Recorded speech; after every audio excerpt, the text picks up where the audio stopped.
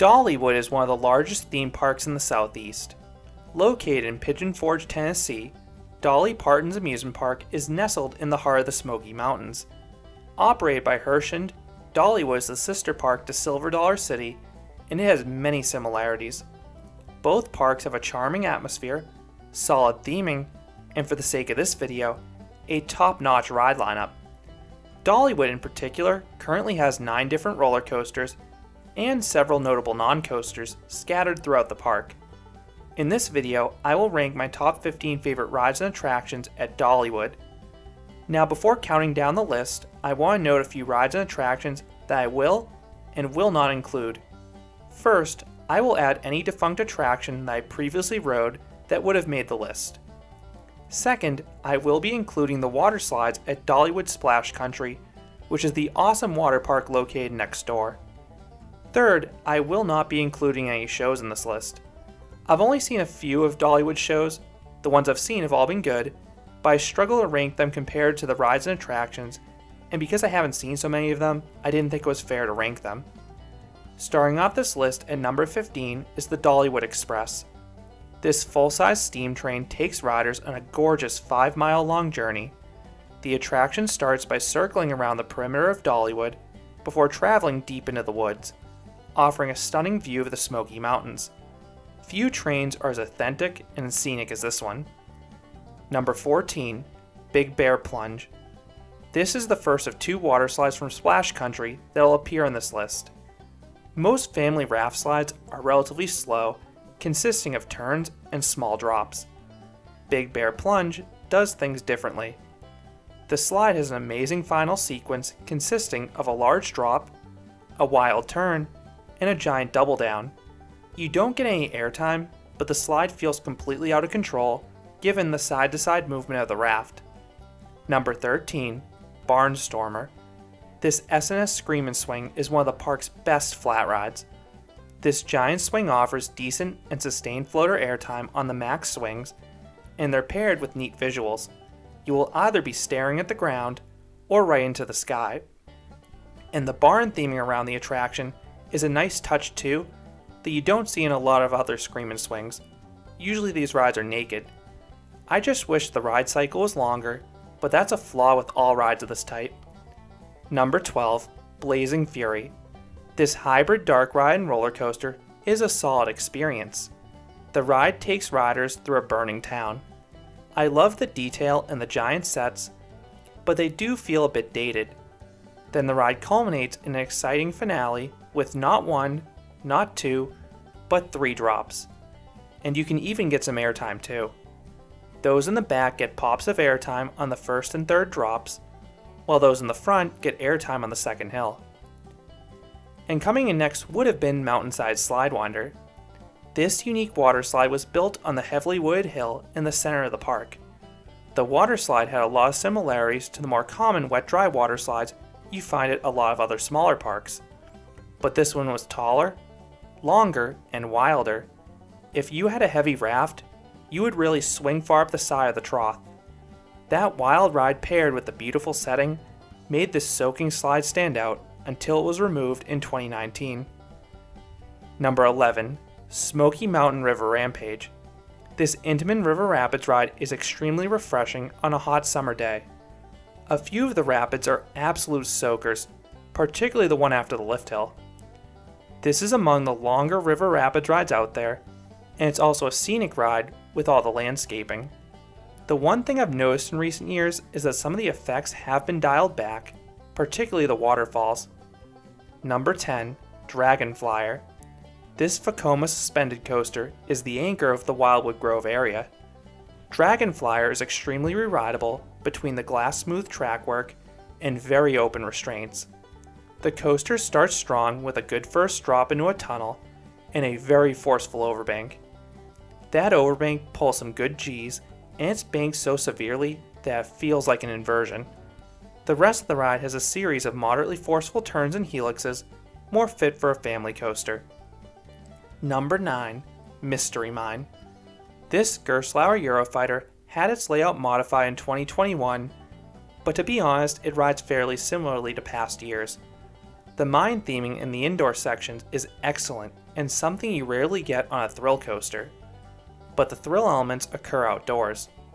The first drop still gives a good pop of airtime, but the rest of the first half is still a slow, plodding mess with some headbanging.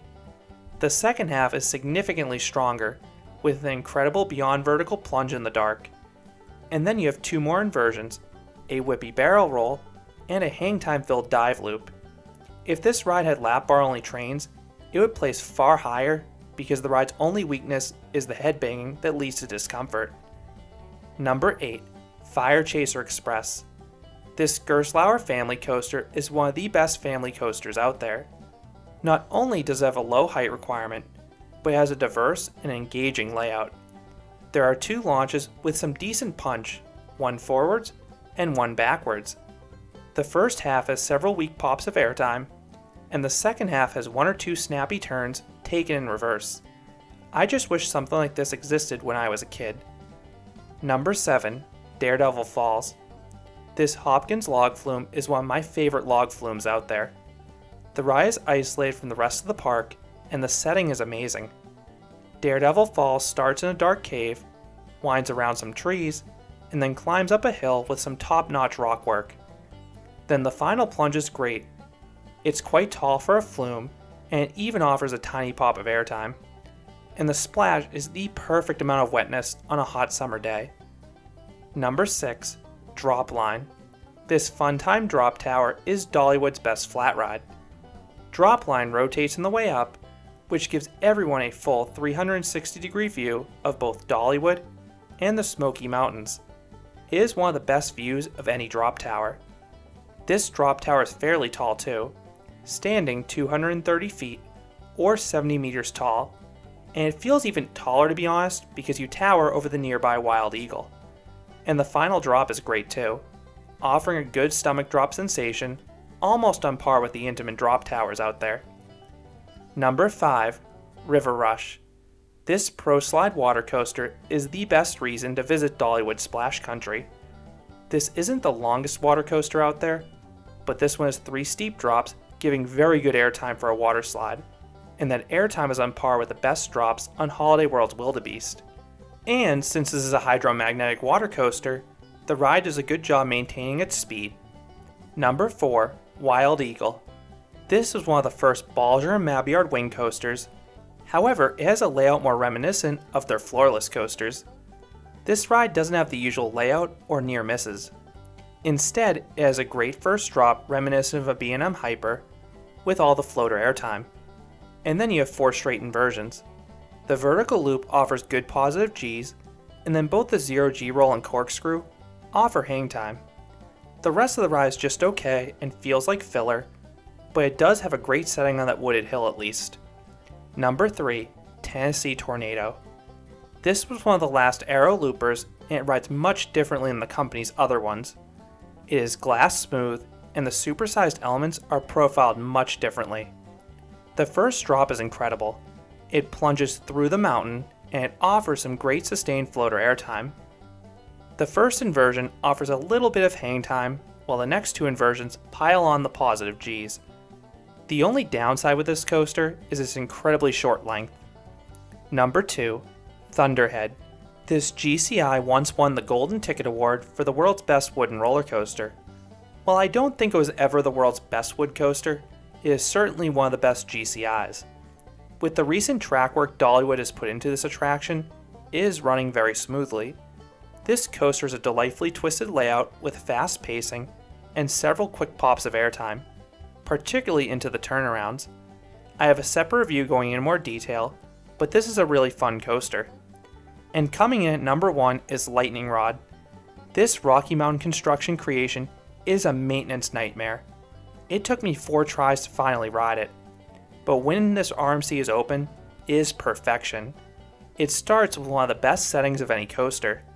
The ride is built on a mountain, and even though the park ripped out a ton of trees in 2021, you still feel isolated in that valley. The layout itself starts with a deceptively forceful launch, and then it goes nuts. There is not a moment of wasted track and Lightning Rod, and the ride gets crazier as it progresses. The first drop is very underrated, and the giant wave turn offers some crazy, and sustained sideways floater airtime. Then the remaining elements are powerful ejector airtime, with the highlight being the famous quad down. That is one of the greatest elements in any coaster. It is fast and the airtime is relentless. And the little hump afterwards just feels like a continuation of that element, to be honest. It feels like a quint down. Lightning Rod always leaves me breathless, and that's why it's not only the best ride at Dollywood, but also my favorite roller coaster. So those are my top 15 favorite rides and attractions at Dollywood. What are your favorite rides at Dollywood? I would love to hear your thoughts about any of the park's rides and attractions down below. If you enjoyed this video, I'd appreciate it if you gave this video a like, and you considered subscribing, because there'll be a lot more roller coaster and amusement park videos here at Canobie Coaster. Thanks for watching.